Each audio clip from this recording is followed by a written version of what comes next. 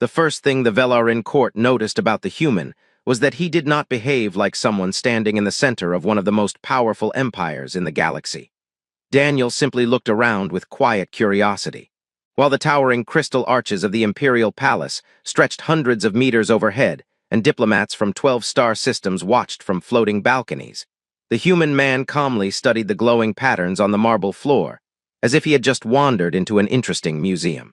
The silence in the chamber grew awkward. Velarin nobles were not used to awkwardness. They were a species shaped by elegance and control. Their bodies were tall and slender, their pale silver skin carried a faint natural glow, and their elongated eyes shimmered with soft blue light. Even the way they moved had a kind of practiced grace. Daniel stood among them like a misplaced civilian. He was not tall, not particularly intimidating. His dark hair was slightly messy, and his expression held the mild curiosity of someone who had accidentally arrived early to an appointment. Princess Aelira watched him carefully from the high dais of the throne chamber. She had expected many things when the human diplomatic vessel arrived 2 weeks earlier. Confidence, ambition, perhaps even arrogance. Humanity was a rapidly expanding species after all. Their colonies had appeared across dozens of systems in only a few centuries. The Velarin Empire had learned long ago that fast-growing civilizations were rarely humble. Yet this man had walked into the palace carrying nothing but a small leather notebook. No entourage, no military escort, no visible fear, just quiet politeness. And that alone made the entire court uneasy. One of the imperial advisors leaned toward Aelira, his long ears tilting slightly as he whispered, "Your Highness, are we certain this is the representative?" Aelira kept her gaze forward. "That is what the humans claim." The advisor studied Daniel again with thinly veiled confusion. "He looks harmless." Down in the center of the chamber, Daniel noticed that several nobles were staring at him. He offered them a friendly wave. A few of the Velarin visibly recoiled. Aelira hid a smile behind her hand. Humans were strange creatures. They had a habit of smiling in situations where most species would display caution. The Emperor finally spoke, his deep voice echoing across the massive chamber. "Human." Daniel looked up. "Yes." The single word sounded so casual that several nobles shifted uncomfortably. The Emperor's glowing eyes narrowed slightly. "You stand before the Velarin throne. Protocol requires a formal introduction." Daniel blinked once, then nodded as if realizing he had forgotten something obvious. "Right, of course." He straightened slightly. "My name is Daniel Carter." Silence followed. The Emperor waited. Daniel looked around again, and that's it. The court erupted in quiet murmurs. Several diplomats began whispering rapidly. One of the Velarin generals even let out a short, disbelieving laugh before quickly covering his mouth. The Emperor leaned forward on the throne. "That is your entire introduction." Daniel shrugged gently. "I mean, I could add where I was born, but honestly that planet doesn't exist anymore, so it tends to complicate the conversation." That comment froze half the chamber. Aelira's eyes narrowed slightly. The human had said it so casually, as if losing a planet was no more dramatic than misplacing a house. The Emperor studied him carefully. "You represent the United Human Systems." Daniel tilted his head. "Not exactly." "Then who sent you?" "No one." Now the silence became uncomfortable. Even the floating translator drones paused in their quiet humming. The Emperor's voice hardened. "You arrived in a diplomatic vessel bearing human identification codes." "That's true," Daniel said. "You carry a marriage proposal addressed directly to the Velarin royal family." "Also true. And yet you claim to represent no government." Daniel nodded. "Correct."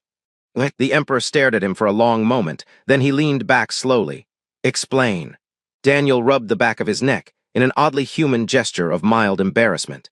"Well, the thing is," he glanced toward the enormous windows overlooking the capital city. Millions of glowing towers stretched across the horizon. Airships drifted silently between them. The golden rings of orbital stations glittered high in the sky. Daniel smiled slightly. "It's a very beautiful empire you have here." The Emperor's patience was clearly thinning. "Human." "Right, sorry." Daniel looked back at the throne. The marriage proposal wasn't sent by humanity. "Then by whom?" "Me." A collective gasp spread through the chamber. Several nobles actually stood up in shock. One of the Imperial guards tightened his grip on a plasma spear. The Emperor's eyes burned with sharp blue light. "You are claiming that you personally traveled across half the galaxy." Daniel nodded, "to ask for the hand of a Velarin princess." Daniel nodded again. "Yes." The Emperor's gaze slowly shifted toward Elira. The princess remained perfectly still. Her expression, however, had changed. Not anger, not insult, interest, because the human standing below them did not appear nervous or desperate or arrogant. He simply looked, calm, almost amused. The Emperor spoke again. You do realize that Velarin royal marriages influence the balance of power across dozens of star systems. Of course. You understand that entire wars have been fought over alliances with this throne. Daniel nodded politely, yes. And yet you arrived alone. Daniel smiled. Well, I didn't want to make it a big dramatic thing. Several nobles began arguing quietly among themselves. One elderly advisor leaned toward the Emperor again. This must be some form of human political maneuvering. Another whispered sharply, or an insult. Meanwhile, Daniel looked around the chamber again with genuine curiosity. Your palace architecture is incredible, by the way. Is that ceiling grown crystal or engineered lattice? No one answered. Elira finally stood. The entire chamber instantly fell silent. The princess descended the glowing steps of the dais with slow, graceful movements. Her silver skin shimmered softly beneath the light, and her long white hair flowed like liquid starlight behind her. She stopped a few meters from Daniel. Up close, she was taller than him. Her luminous eyes studied his face carefully. You crossed the galaxy, she said calmly, to ask for my hand in marriage. Daniel nodded, yes. You do not represent your species. No, you have no army. No, no political alliance. No, Elira tilted her head slightly. Why? For the first time since entering the palace, Daniel seemed to think carefully about his answer. Then he gave a small, sincere smile. Because I heard you were kind. That response did something unexpected. Several nobles burst into quiet laughter. One of the generals even muttered, this human is either incredibly brave or incredibly stupid. Elira did not laugh. She continued studying him. You traveled across known space, she said slowly, based on a rumor about my personality. Daniel shrugged lightly, seemed worth checking. For a moment she said nothing. Then she asked a quieter question. What if I refuse? Daniel's answer came instantly. Then I'll thank you for the conversation and go home. That simplicity confused her. Most beings who approached the Velarin throne wanted something. Power. Influence, control. This human seemed to want none of it. He simply stood there patiently. Elira suddenly smiled. It was small, but real. You are either the most honest man I have ever met. Her glowing eyes studied him again. Or the most mysterious. Daniel chuckled softly. I get that a lot. Far above the palace, unnoticed by anyone in the chamber, something ancient stirred in the dark between stars. And for the first time in thousands of years, it had finally found him. The Velarin palace had hosted emperors, warlords, ambassadors, and conquerors. But never had it hosted a mystery quite like the quiet human who now walked calmly through its halls as if he had always belonged there. Daniel had been in the palace for 9 days, and the entire empire was confused. He had not made political demands. He had not attempted to negotiate alliances. He had not even asked about military strength, territorial borders, or trade routes. Instead, the human spent most of his time wandering the palace gardens, which made the royal advisors deeply uncomfortable. Why is he always outside? One of the senior diplomats whispered anxiously during a council meeting. Spies prefer open spaces, another suggested. A Velarin military commander shook his head. He's not observing anything strategic. He feeds the floating koi. Feeds them what? Bread. The advisor blinked slowly. What is bread? No one knows. Across the palace gardens, Daniel sat on the edge of a shallow pool while several translucent fish-like creatures drifted lazily through the glowing water. The creatures pulsed gently with soft blue light as they floated around his feet. One of them bumped his shoe. Daniel chuckled. You're not supposed to bite the guest. Behind him, Princess Elira watched quietly from a marble walkway. Her arms were crossed.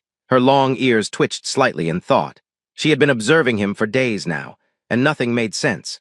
When she first met him in the throne chamber, she had assumed he was either a clever political actor or a reckless fool. But neither explanation fit anymore, because Daniel behaved the same way whether he was speaking to emperors or gardeners. The same calm voice, the same polite smile, the same quiet curiosity. Yesterday, he had spent nearly an hour asking a palace engineer about the maintenance systems that controlled the artificial sunlight in the gardens. Not because he wanted to change them. He had simply been interested. Elira stepped forward. You realize, she said, that you have become the most discussed person in the Empire. Daniel glanced back at her. That sounds exhausting. For us, yes. He tossed another piece of bread into the water. Several glowing fish darted toward it. Elira sat beside him on the stone ledge. You arrived with a marriage proposal, she said calmly. Correct. You have made no attempt to persuade me. Daniel shrugged. Didn't want to pressure you. You have made no effort to impress the court. I'm terrible at formal events. You have not even asked about the political benefits of such a union. Daniel looked genuinely confused. Should I? Elira studied him again. Most beings who approach the Velarin throne dream of influence. Daniel nodded thoughtfully. Sounds stressful. She tilted her head. You truly have no ambition. Daniel tossed another crumb into the water. I like quiet lives. The princess stared at him. You crossed half the galaxy alone. Yeah, that is not the behavior of someone who prefers quiet. Daniel smiled slightly. Depends on what you're running from. Elira's eyes narrowed. Running. Daniel waved his hand dismissively. Metaphor. But the way he said it made her uneasy. For a moment they sat in silence while the glowing fish drifted around the pool. Finally she asked the question that had been bothering her since the throne chamber. Where did you grow up? Daniel leaned back on his hands. Different places. That is not an answer. It's the honest version. She watched his face carefully. You said earlier that your home planet no longer exists. Daniel nodded once. Yes. What happened to it? Daniel looked out over the water. Time. That answer did not satisfy her. Planets do not disappear because of time. They do eventually. You know what I mean. Daniel sighed softly. Lots of things happened. His tone carried no drama, no anger, just quiet acceptance. That bothered her more than if he had shown pain. You speak about losing a world as if it were a mild inconvenience, she said. Daniel shrugged. You learn to adapt. Elira studied him again. You are strange. I've heard that. Even by human standards, according to our intelligence reports. Daniel laughed. That sounds about right. Footsteps suddenly approached across the marble walkway. 3 Velarin guards stopped several meters away.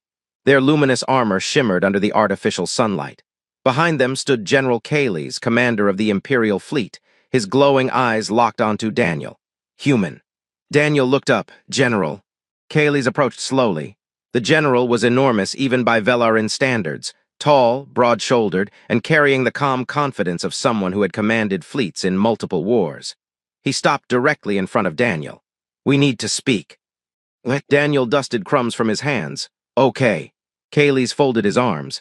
You arrived in Velarin space without escort. Yes, you bypassed 3 outer defense grids. Daniel nodded casually.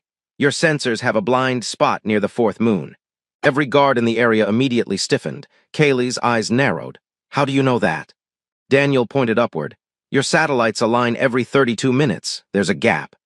The general stared at him. You identified that from your ship. Daniel shrugged, mostly from observation. The guards exchanged uneasy glances. Elira slowly stood. You are telling us, the general said carefully, that you navigated the defensive network of one of the most secure empires in the galaxy. Daniel nodded, by accident. Daniel considered that. Well, I wouldn't say accident. The general's voice hardened. Then explain. Daniel rubbed his chin thoughtfully. I've seen a lot of defense systems. How many? Daniel answered casually. A few thousand. The garden suddenly felt very quiet. Kayles leaned closer. That is not possible. Daniel looked genuinely puzzled. Sure it is. You are human. Daniel smiled. Last time I checked. The general studied him with growing suspicion. Human space does not possess that level of navigational experience. Daniel tilted his head. You'd be surprised what humans get up to. Before Kayles could respond, a palace alarm suddenly echoed across the entire city. A deep resonant tone rolled across the skyline. The guards immediately activated their armor. Elira turned sharply. That is an orbital alert. Another alarm followed, then another. Kayles tapped the communication panel on his armor. Fleet Command report. The response came instantly. His face changed. What did you say? The general slowly lowered his arm. Every expression of confidence had vanished. What is it? Elira demanded. Kayles looked toward the sky beyond the palace gardens. Unidentified vessels. How many? He hesitated. 30. Unknown species. No, his glowing eyes widened slightly. We cannot identify them at all. Daniel stood slowly. The alarms continued echoing across the capital city. Orbital defense cannons began rising from their hidden platforms. Above them, the sky flickered as planetary shields powered on. Alira looked back at Daniel. For the first time since meeting him, the human no longer looked relaxed. Instead, he stared at the sky with a quiet expression that almost looked like recognition. "Oh," he murmured softly. Kaylee's turned sharply. "You know something." Daniel scratched the back of his neck. "Maybe." The general stepped closer. "Human, what is happening?" Daniel sighed. "Well." He glanced upward again. "This is a little earlier than I expected." Alira felt a sudden chill. Earlier than what? High above the planet, beyond the glowing rings of orbital stations, something enormous slid silently out of deep space. The Velarin sensors screamed in confusion, because the ships were not warships. They were ancient. And every one of them was slowly turning toward the royal palace. Daniel watched the sky with mild embarrassment. Then he muttered quietly to himself, "I was hoping they'd give me another century." The sky above the Velarin capital filled with shadows so vast that for a moment the entire planet seemed to hold its breath. 30 colossal vessels hovered in silent formation beyond the planetary shields, their dark metallic surfaces absorbing the light of the system's star. They were not shaped like the warships of modern empires. Their structures were smooth, ancient, and impossibly large, like fragments of forgotten worlds drifting through space. Across the palace city, alarms continued to echo. Defense satellites rotated into firing position. Orbital cannons hummed as their energy cores ignited. But the Velarin command network could not identify the ships, not their engines, not their technology, not even their age. General Cayley stood rigid in the palace garden, staring upward with disbelief. "Fleet Command reports no warp signature," he said slowly. "No propulsion system, they simply appeared." Alira felt the tension tightening in her chest. "Are they attacking?" Cayley's hesitated. "No." That answer made the situation even worse. The ships were not firing. They were waiting, hovering directly above the royal capital, as if they were observing something or someone. Alira slowly turned toward Daniel. The human still stood beside the glowing pool, looking at the sky with an expression that was somewhere between resignation and mild inconvenience. "You expected this," she said quietly. Daniel sighed. "I was hoping they lost track of me." Cayley stepped closer, his voice sharp. "Human, those vessels are older than any technology we have ever seen." Daniel nodded. "That sounds like them." Alira felt her patience finally breaking. "Daniel," he looked at her, "you said earlier that you were running from something." Daniel rubbed his neck awkwardly. "Yeah. Was it them?" He thought about it, sort of. Before anyone could ask another question, a sudden flash of light appeared in the center of the garden. The palace guards instantly raised their weapons. Energy spears hummed with lethal power. A sphere of pale white light formed several meters above the ground, swirling slowly like a miniature star. The air itself seemed to bend around it. Then the light unfolded. 3 figures stepped out. The garden fell completely silent. They looked humanoid, but something about them felt wrong, or perhaps simply older. Their bodies were tall and slender like the Velarin, yet their skin shimmered like distant galaxies trapped beneath translucent glass. Their eyes glowed with soft white light, as if stars lived within them. Their movements carried a quiet gravity that made the air itself feel heavier. Even General Cayley's instinctively stepped back. Alira felt a strange pressure in her mind. Not hostile, just vast. The 3 beings slowly looked around the garden. Their glowing eyes passed over the palace guards, over the princess, over the general. Then they stopped, on Daniel. For several long seconds no one spoke, then something impossible happened. The ancient beings, creatures who had arrived in ships older than entire civilizations, slowly lowered themselves onto one knee. The sound of armor shifting echoed softly in the garden. Every Velarin present froze. Cayley's whispered hoarsely, "What?" The 3 beings bowed their heads, and one of them spoke. Its voice was calm, deep, and carried a resonance that felt older than language itself. "Creator." The word echoed through the garden like distant thunder. Alira felt her heart stop. The guards looked at one another in confusion. Cayley simply stared, but Daniel groaned quietly. "Oh, come on." He rubbed his face with one hand. "I knew you'd find me eventually." The kneeling being lifted its glowing gaze. "We have searched the galaxy for 3,000 cycles." Daniel sighed. "I was hoping you'd stop. You vanished without command." "I retired." A ripple of confusion passed through the Velarin soldiers. Alira stepped forward slowly. Her voice was barely steady. "Daniel." He looked at her. There was something apologetic in his eyes. I was going to explain eventually. She gestured helplessly toward the kneeling beings. They called you creator. Daniel hesitated. Well, he looked at the three figures. You didn't have to make it sound dramatic. The ancient being replied calmly. You forged our kind. Silence crashed into the garden. Elira felt the ground shift beneath her understanding of the universe. You created them. Daniel rubbed the back of his neck. Technically. Kaylee's whispered, that species predates recorded galactic history. Daniel shrugged slightly. I had more free time back then. The garden was completely silent now. Even the floating fish in the glowing pool had drifted away from the edge. Elira stared at the man she had believed to be an ordinary human traveler. You are not human. Daniel shook his head gently. No, I am. But they're just very old friends. The kneeling beings remained perfectly still, waiting, watching. Elira felt 1,000 questions fighting inside her mind. How long have you lived? Daniel looked up at the sky where the enormous ships waited. A while. You shaped civilizations. Sometimes. You created species. Occasionally. Why hide? Daniel finally looked directly at her. And for the first time since she met him, his expression carried something heavy. Not arrogance, not pride, just quiet exhaustion. Because ruling the universe gets lonely. The words hung in the air. I spent ages watching empires rise and fall, he continued softly. Watching species worship me, fear me, fight over me. The ancient beings remained kneeling. But eventually, Daniel said, I realized something. He looked at Elira. I didn't want to be a god anymore. The princess felt her breath catch. I just wanted to be a person. The garden was silent. Daniel glanced awkwardly at the kneeling figures. You guys can stand up, by the way. They did not move. We await your command. Daniel sighed again. That's exactly the problem. He turned back toward Elira. I didn't come here to rule your empire. He gestured toward the sky. I didn't bring them. He stepped closer. I came because I heard there was a princess who was kind. Elira felt her throat tighten. The entire court, the entire galaxy, and yet the man standing before her looked almost shy.